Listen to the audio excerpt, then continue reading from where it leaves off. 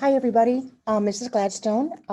While you're at specials, I'm reading chapters 21, 22, and we'll see how far I get in finding Zasha. Chapter 21. Petra, I said, as we made our way through the woods toward the village, why aren't you in the army?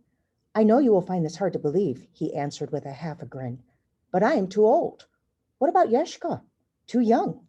We crested the last forest hill and stopped to catch our breath. You mentioned his dad. He laughed. That answer is more interesting. He is missing part of his trigger finger. Printing accident. Oh, I'm so sorry. Maybe I was being too inquisitive, but I wanted to understand who the partisans were. Why do you want to know all these things? Well, it's all new to me, and how did you know I wasn't a spy or something? You welcomed me so easily into your little group. He nodded as he scanned the open space we were about to enter. Two reasons. Galena, and what you said when we met about. You told me about the three partisans you met. If you were a spy or a traitor, you never would have mentioned them. Besides, he added, bending over to the brush the snow off the bottom of his pant leg, we need every bit of help we can get. Now pay attention. I want you to count to 100. Then follow me. Knock only once. Someone will answer the door. He took his first long stride toward the town. Petra, wait, just one more question. He turned and looked at me as if to say, this better be good. I have a knife right here in my Valenki. Do you think they'd punish me if they find it when I'm at headquarters? His expression was instantly serious. Let me see it. I slipped the slender hunting knife out of my boot and handed it to him. He held it in the palm of his hand horizontally and sort of bounced it, as if feeling its weight and balance. I love these finished knives. Keep it. Don't let anyone see it. Who knows? You may need it. Before I could ask him why I might need a knife at headquarters, he was off, and I began to count to 100. I almost lost sight of him once I neared the town because he turned two corners so quickly. A few blocks later, he entered a small house on a corner. 2 minutes after that, I went to the same house, knocked once, and waited. The door was opened by a sturdy-looking man with a bald head and ink-stained hands, wearing a leather apron. He had a broad smile on his face. Well done. His congratulatory slap on my back was so strong. I stumbled a few feet forward. I'm Yosef. You know my son, Yeshka. Yeshka stood next to the lamp, examining my letter closely with Petra. Ivan, he greeted me with a smile. This letter is incredible. How long can we keep it? I have to be back at noon. He and his father exchanged a look. Let's get going, Yosef said with enthusiasm. It was only then that I noticed that the entire inside of their house was a workplace with a small printing press in the main room. The sound of more machinery seeped in from an adjacent hall. Should I wait here? I asked uncertainly. Petra shook his head. Too many of us in one place. Come back at 11:30, Yosef said. If we're not finished, you'll have to bring it back tomorrow. What if I get stopped before then? I asked Petra, feeling the full weight of the Nazi presence in a new way without my letter. Then you're just like the rest of us, Petra answered, moving toward the door. I caught the looks on Yosef and Yeshka's faces, serious, angry, and determined. Axel reicht, Yosef said, and mimicked, spitting on the floor. Come on, son, let's create a few problems for Recht to deal with. He and Yeshka disappeared down the hall as Petra and I hovered near the front door preparing to leave. You go first this time, Ivan. I'll follow in a few minutes. Go to Polina's, ask her to... Petra, wait. You know the dogs I mentioned? Yes? He looked preoccupied as he peered out a window near the door. Well, I was thinking they could be of some use to us, the partisans. A little laugh escaped him. What? Yes, Axel's going to start their training today. They're going to be trained to hunt Russians. Of course. What did you expect? The Germans are well known for training their dogs to do the dirty work for them. I stared down at the floor, trying to form my thoughts and feelings into some kind of clear picture. I asked Axel if I could help the trainer. He said no. Ivan, why are you worrying about dogs at a time like this? Because they're innocent. It came out forcefully. Lower your voice, Petra said with a frown. And they're captives too, just like us in Vilnov. He's going to turn them into vicious hunters that will be used to hurt us. It would be sort of like capturing a weapon. He gave me his full attention now. Capturing? Ivan, are you thinking of stealing his dogs? Maybe I only understood it at that moment, but it felt inevitable. Yes, I am. Piotr glanced around the room with a look of disbelief on his face, as if trying to find someone to share it with him. Let me see if I understand you correctly. His voice oozed sarcasm. You, a 12-year-old boy, are going to smuggle something out of Nazi headquarters that belongs to the man in charge. I opened my mouth to explain, but he continued, and not just an item you can slip into your pocket. No, 2 living creatures that could betray your plan with a mere whimper or bark at the wrong moment. His voice grew louder. Not even full-grown dogs, but puppies. But Petra, and for what? He sounded almost outraged. Listen to me, I said calmly. We could train them. I could train them. The partisans could use them, just like the other armies use dogs. He exhaled impatiently. They could deliver messages, and we could use them to guard safe houses like your house. You know in advance if anyone was near you. So they would bark and let everyone know where they were the stolen dogs were. I felt so passionately that my idea was good, but of course I hadn't had time to think it through. I don't know. What do I know is that the only thing I know is that it will hurt the Nazis if we steal them. They'll have 2 fewer weapons with which to track down and kill our people. And we will have saved 2 innocent dogs from being turned into monsters. Nothing changed in Petra's stern expression, but I was almost sure I caught a light in his eye, as if the idea had taken hold and he was turning it over in his mind. But before I could continue trying to persuade him, Yeshka came into the room holding Axel's letter in his hand. Oh, good. You're still here, Petra. You speak a little German, don't you? Very little. Yeshka held out the letter so both of us could see it. I can't quite make out that word. He pointed to something Axel had written. Petra squinted and peered at it. Well, it could be. He turned to me. Ivan, I've got something for you to do, something reasonable. Go to Polina's. She's got a Russian-German dictionary. I'm almost sure. Bring it back here. I nodded. Anything else? Yes. For now, do what Axel tells you to do. Get his way as often as you can and report what you learn to me. I'll talk to some of the others in our group. We'll try to figure out the best way to use you while you are there. And don't do anything I haven't told you to do. He eyed me meaningfully. And have Polina show you some maps. Familiarize yourself with this area. Start looking around you for places where you can hide all over. At Polina's, down by the tunnels, inside and outdoors. You want to have some places you can go if the Germans are ever chasing you. That hadn't occurred to me. Didn't you say you had an uncle nearby? Southeast of Sevrestia. That's quite a distance. Make sure you know how to get there just in case. In case of what? He actually laughed and then said, This is war, Ivan. Anything can happen. Petra, Yeshka whispered, sounding like he could barely catch his breath. Both of us looked at him, then followed his gaze. 2 Nazi soldiers were coming into view in the window on our left. Quick, Petra hissed. Give Ivan the letter back. Put it in your pocket, Ivan. I felt almost paralyzed, but I folded the paper and slipped it into the pocket of my coat. I glanced quickly at Petra and Yeshka. No one spoke, but I saw the looks of fear and resolve on their faces. Without a knock, the front door suddenly burst open to reveal the pair of Nazi soldiers. Stay where you are, one of them yelled in heavily accented Russian. We froze as the man drew his pistol. Hands up! Move back! Oh my gosh. We did exactly as we were told. Yikes. Chapter 22. The soldiers were young, but had hard, serious expressions on their faces. One of them carried a large ledger, but it didn't stop him from quickly drawing his gun, too.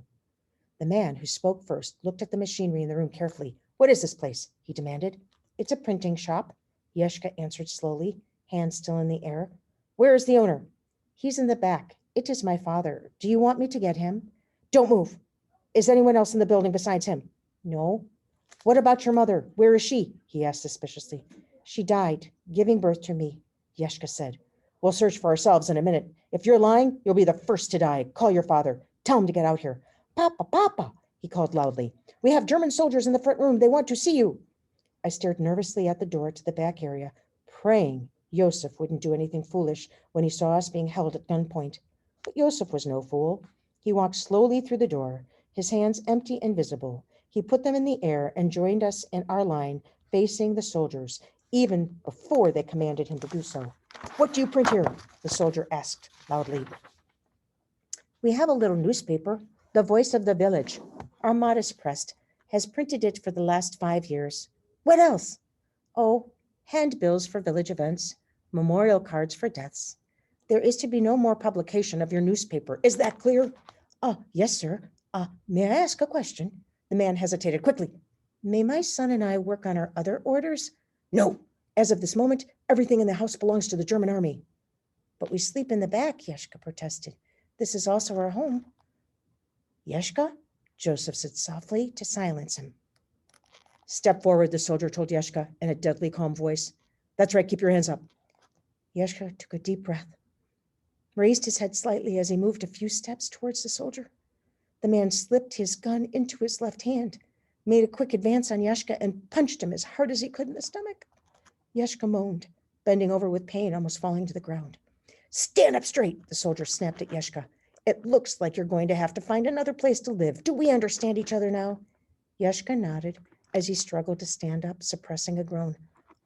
I don't know how I kept my cry of fear and horror in my throat.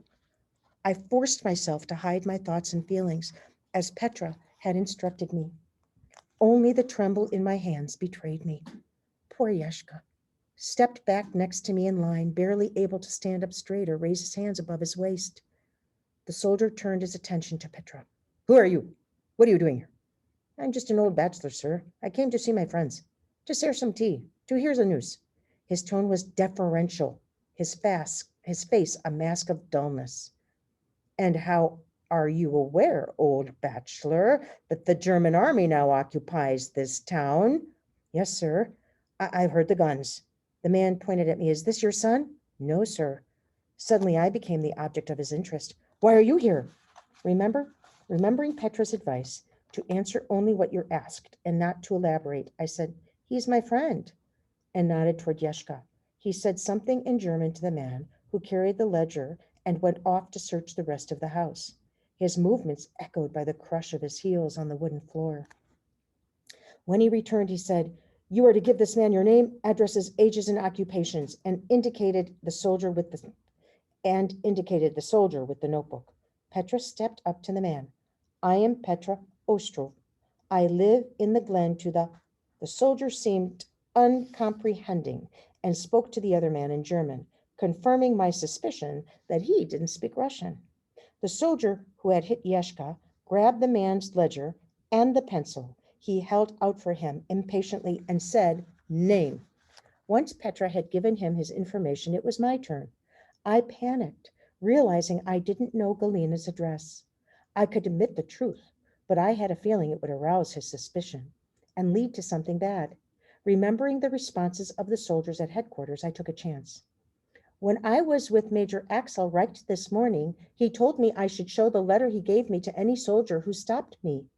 The man's eyes widened, fear flashing over his face. Major Reich? What do you? How could you? He stopped and turned to tell the other soldier something in German. The man looked as incredulous. Again, in means not, cred means believe. So not believing this to be true, incredulous as his partner. Then the first soldier snapped. Letter. I pulled the letter from my pocket and handed it to him. Both soldiers hunched over, read it, and looking up at me and the rest of us when they were finished. Their expressions were different, more subdued. The tone of voice the soldier used was still demanding, but now contained the slightest hint of courtesy. Major Reich has made his wishes clear. However, we are not released from our obligation to record your personal information. Taking another chance, I made up an address while giving my real name, which they had already seen in the letter. When I was done, the soldier glared at Yeshka and Yosef. You two, I want your names and ages. Report your new address to headquarters the minute you have relocated. Yes, sir, they mumbled. I will be checking. If it's not there in 2 days, I will come and find you.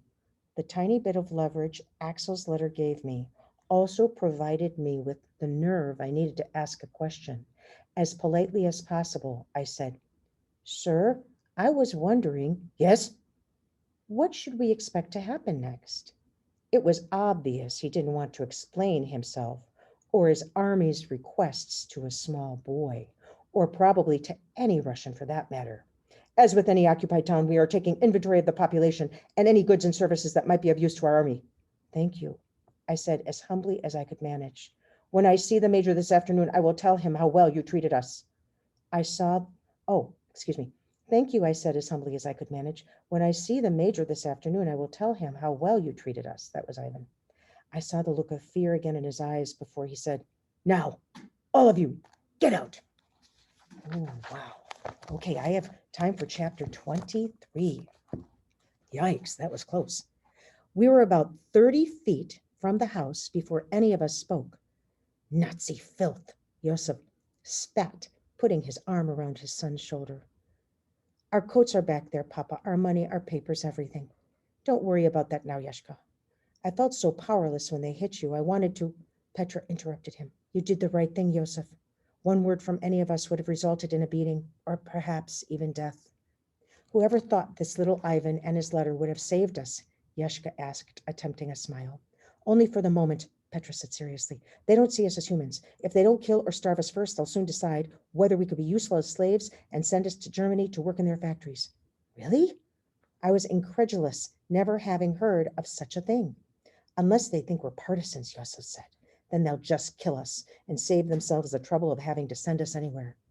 Ivan, Petra said, go to Polina's house until it's time for you to go back. Have her show you the maps and hiding places like we talked about. Yosef and Yeshka, go to my house. Yosef, take the western route. Yeshka, the eastern. I'll go to Galina's. Wait 15 minutes. Then I'll follow you to the cabin. There are warm clothes in the closet. Help yourselves. Yeshka and Yosef left us and went in separate directions. They looked so cold and vulnerable without coats on.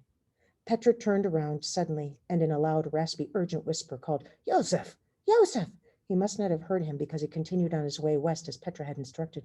When Petra turned back to me, there was a look in his eyes. I couldn't read it. Frustration, anger, alarm, I wasn't sure. Let's walk a little faster, was all he was said. I can't believe my letter helped us, I said proudly. They're scared of Axel. You could see it.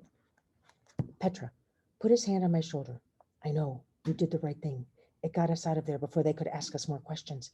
The problem is, he said with a sigh, that now they'll remember you. They'll repeat the story to the comrades. You've been marked, not only by Axel, but by those men. I was confused and a little scared by his comment. So what if I have? The only reason I'm at headquarters is to learn whatever I can for the partisans. Isn't that worth being marked? Yes, Petra said slowly, deliberately. But it makes your time there limited. Whatever good you're going to do for our cause is going to have to be done very, very soon. How soon? 5, 6, 7 days? You've seen how volatile Axel is. And although I'm sure your concertina playing is amazing, he said with a small smile, he'll tire of it soon and be done with you. The novelty will have worn off. Even as I listened and recognized the good sense in what he said, I kept thinking about the dogs. I dared not mention them again just yet. If I only have days. I took a breath as the strange truth of that sunk in. Then you better figure out how I can help him fast. There's someone I'm going to talk to. His name is Lev. Remember that in case he approaches you directly or you find him at my house. He's a brilliant partisan leader, one of our best. If he tells you to do something, do it. Understood? I nodded. If only you were older, he said with a smile creeping across his face. Oh, the things I'd have you do direct. Isn't there money we can steal from him? Think what a help it would be to the partisans who lived in the woods, blankets, food, weapons, or if we had intelligence that arms were arriving, we could intercept them. If you spoke German, you might be able to overhear something like that. Chances of Axel sharing that information with you in Russian are 0. We turned a corner, and Polina's house came into view. When will I see you again? I suddenly felt a rush of anxiety, not knowing when I'd be able to get away from Axel. Petra stared at the snow-covered ground. I don't know. Take every opportunity to get away, but nothing foolish, nothing that would make him suspicious. In the meantime, I'll talk to Lev. There's got to be something. The faces of Zasha and Thor came into my mind so strongly. It was as if they were right there in front of me. It made me find my courage. Petra, I'm 12, I said, which means I don't really know how to use a gun. And even if I did, I don't think I could kill a man. I paused. But I am fully capable of injuring Axel in another way. I really think you should reconsider my idea about the dogs? He interrupted me, sounding impatient. Please listen to me. It's not just about hurting Axel and preventing the dogs from being wrongly used. It's about helping the partisans. We were just a few houses from Polina's. Petra surprised me by saying, what would you do with these dogs? I take them up to Uncle Boris's cabin. Even assuming you could steal his dogs out from under his nose, how would you get the dogs out of Vilnov without being seen? I know someone with a sleigh who I'm pretty sure we could count on. I was thinking of Vladimir. of how he helped the partisans, of his invitation to visit him. He lives near Kobona. I rushed on. I know what you're thinking. Why risk so much just to steal 2 dogs? Isn't there something more important we could do? Think of it this way. First, it would make Axel so mad, it would distract him from his other duties. Distracted men make mistakes, lose their tempers, miss important details. Second, we could breed them to help the partisans, train them to send messages, sniff out bombs and soldiers. They're the best alarm system in the world. If the enemy was approaching a partisan camp, the dog would know about it long before they arrived. I'd said most of this before there was something different this time. Petra slowed her pace to extend our conversation. There are many potential problems, and you can't do it alone. I have to. I wouldn't want anyone else to be in danger. Don't play the hero, Ivan. It will get you killed. If you go north with them, I'll be going with you. But what would the others do without you here? I'd be back as soon as you're settled at the cabin. Someone else would be in charge when I'm gone. I'm not saying yes. You are not to do anything until I give the word. I nodded nervously. I couldn't do anything anyway. I don't have a plan yet. He sort of laughed. Yes, I'm aware of that. There would be so many details to work out. I'm aware of that too. If I do get approval from my higher-ups, I have to admit it would give me great pleasure to stick a knife in Axel Reich's heart this way. I'm not sure he has one, I offered. You know what, Ivan? I almost wish you hadn't thought of this. Why? We were in front of Polina's, and I couldn't linger together without drawing and we could not linger together without drawing attention to ourselves, because it's just so tempting, saving those poor animals and hurting Reich, and it really is a clever idea to breed dogs for partisans. It might take a while in the beginning, but this war could drag on for a very long time.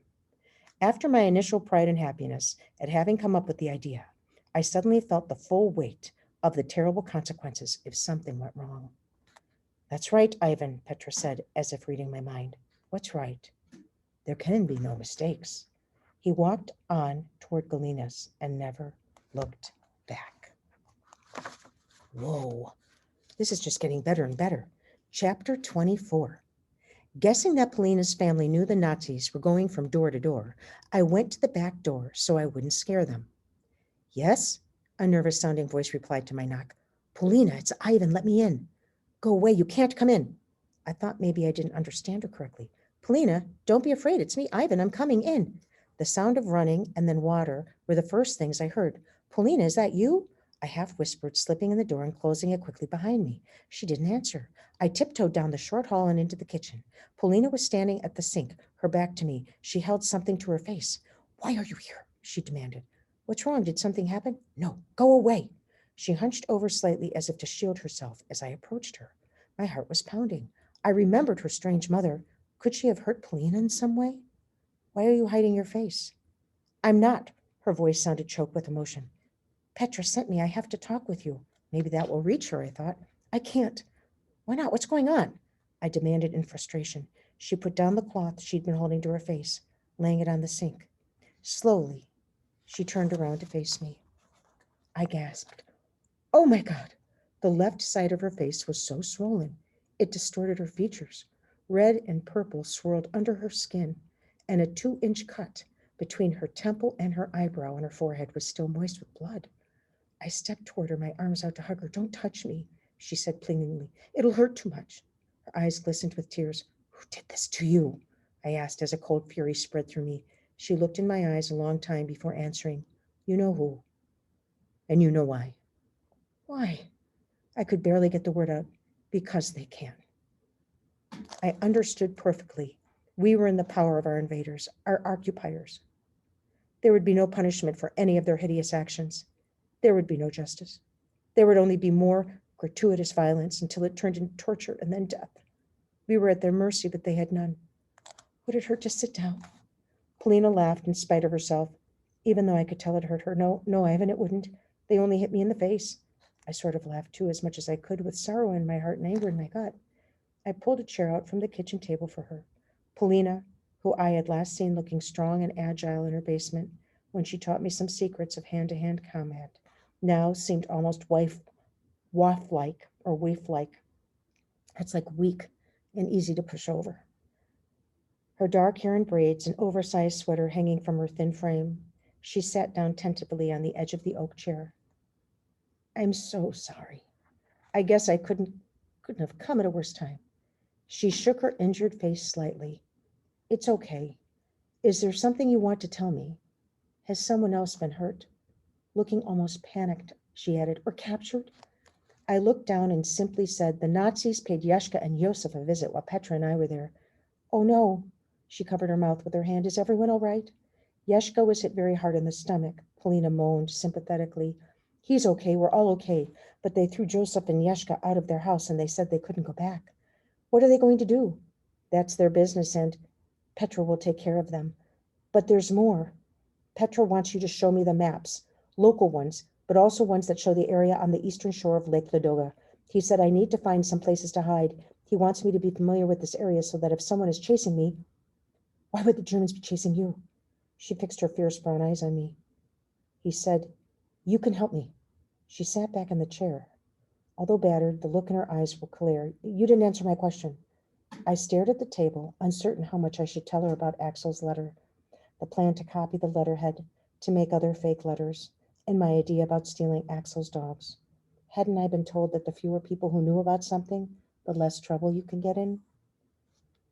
No, I didn't, I said evenly. I'm a partisan now, just like you. I can't answer all questions I'm asked. She smiled, although her swollen lip made her look like a fighter who lost his big match. I knew you had the makings of a good partisan. I just didn't know you would learn so quickly. I would like to tell you everything, but no, don't. But I can tell you know what I know, that you were taken right out of your house by Reicht. How do you know about that? I thought we were supposed to keep things to ourselves. She shrugged, not everything, or we couldn't work together as a group. Leaning toward me, she said, I have an idea. He took you because you play the concertina, right? I play the violin a little, although I admit not very well. What if I went with you next time to play for the Reich? We'll play duets. I know some German, and maybe I could understand. No, Polina, no. I said it softly, but my conviction was strong. Why not? You don't understand. He's a terrible man. He's dangerous. What did you see? Nothing yet, but it's there in his eyes. He's a cruel man and very powerful. Everyone seems like they're afraid of him. It's because I'm a girl, isn't it? Her battered face suddenly flushed with anger. Well, yes, sort of. You don't belong there with all those men. Oh, and you do. She grabbed the edge of the table and gave it a shake in her frustration. Look at me. I survived my encounter with a German army. No one can count me out. What I mean is that I could fit in because I'm a man. You're a boy, she corrected me. I decided not to be offended. Yes, I'm a boy, but my birthday is soon. I'll be 13. That's almost like a man. She rolled her eyes impatiently. Polina, please, I implored her. The Nazi headquarters is no place for a girl. Do you know where I serenaded the men this morning? In the lavatory. She laughed and closed her eyes, as if finding the idea funny and embarrassing at the same time. You see, I said, anxious to join in with her laughter. No place for a girl. I could have stayed outside, maybe. For the first time, I thought about how many things girls weren't allowed to do. Interesting, huh? Here was Polina, so brave and capable, so smart, but she could never do what I did by going with Axel, no matter how much more experiences she had than me. It's all right, I can do other things. Yes, I agreed with enthusiasm, inspired by the defiant look on her poor injured face. Like teach me how to get around without being noticed and find places to hide. She nodded, and I saw a little of her pain and frustration leave her, replaced by determination. I'm a good hider, Ivan, she said proudly, but let's start with the maps. She went to another part of the house and returned with paper and pencil. In a sure hand, she began drawing an area map of Villeneuve, with the main streets marked along with the positions of houses I knew. Drawn Petra's cabin and the tunnel exits. She looked at me, pencil poised over the paper. For a moment, I saw her injuries as if for the first time and was filled with sympathy for her. If I do that, you have to memorize this map and destroy it before you leave. Oh, of course, just draw it, Polina. We'll burn it later. For the next 10 minutes, we went over the map. It helped me understand the relationships of places I knew to one another. With another map from an atlas, she showed me an overview of the area between Lake Ladoga and Villeneuve, which included Gobona, where Vladimir lived. She pointed to a spot on the map. Of course, you go west, but, she looked at me thoughtfully, if you're going to Gobona, you won't be taking the roads, will you? I shook my head. No, because you'll be escaping. Yes. Wait here. She disappeared. When she returned, she had something in the palm of her hand that she stared at as if saying goodbye. Holding her hand out to me, she said, Here, take it. It was a compass, silver and round, hardly a half an inch thick. The markings on the inside were remarkably detailed. It was beautiful. I picked it up out of her outstretched hand. Really? Are you sure? She nodded, looking a little bit sad. I won it when I was 10. For what? For being the fastest runner of my age for 50 miles around. She was clearly proud of her accomplishment. That's incredible. I can't take your prize. I tried to hand it back to her. She shook her head no. If you're going to Kobona, or wherever else you go, you'll need a compass, especially if you're on the back roads or in the forest. Thank you. I closed my hand around it and felt its coolness, its weight and texture. When the war is over, I'll return it to you, I promise. I'm holding it to you. I'm holding you to it. That means you'll have to stay alive. Polina, does your mother know that you're a partisan? She laughed. No, she'd kill me. You're so lucky that your auntie and Galena understand. How sad, I thought, that her own mother didn't appreciate the strong, brave daughter who had so much to offer. After another quick look at the map, we talked about hiding spots. I told her about Galena's wood-lined hole in the ground just outside the chicken coop, where she hid some of her food and valuables. Perfect, she responded. That's a new hiding place for me. I'll keep it in mind, especially now. She picked the map up off the kitchen table. Do you want to look at it again? No, I have it memorized. She took it to the sink, lit a match, and touched it to the bottom corner of the page. When it began to flame, she dropped it into the sink, watching it as it consumed itself. Then she rinsed the ashes away with water. There was a noise that startled us both so much that my hand jerked, and I almost dropped the compass. The front door slammed. All I could think of was Nazi soldiers. Mama? Polina called. There was an inarticulate reply. Ivan, go. She followed me to the back door. As I reached for the door handle, she said quietly, I forgot to say sir to the man who was interrogating me. I burned with hatred for the occupiers. Looking at my friend, I saw it in her eyes too. What does that mean?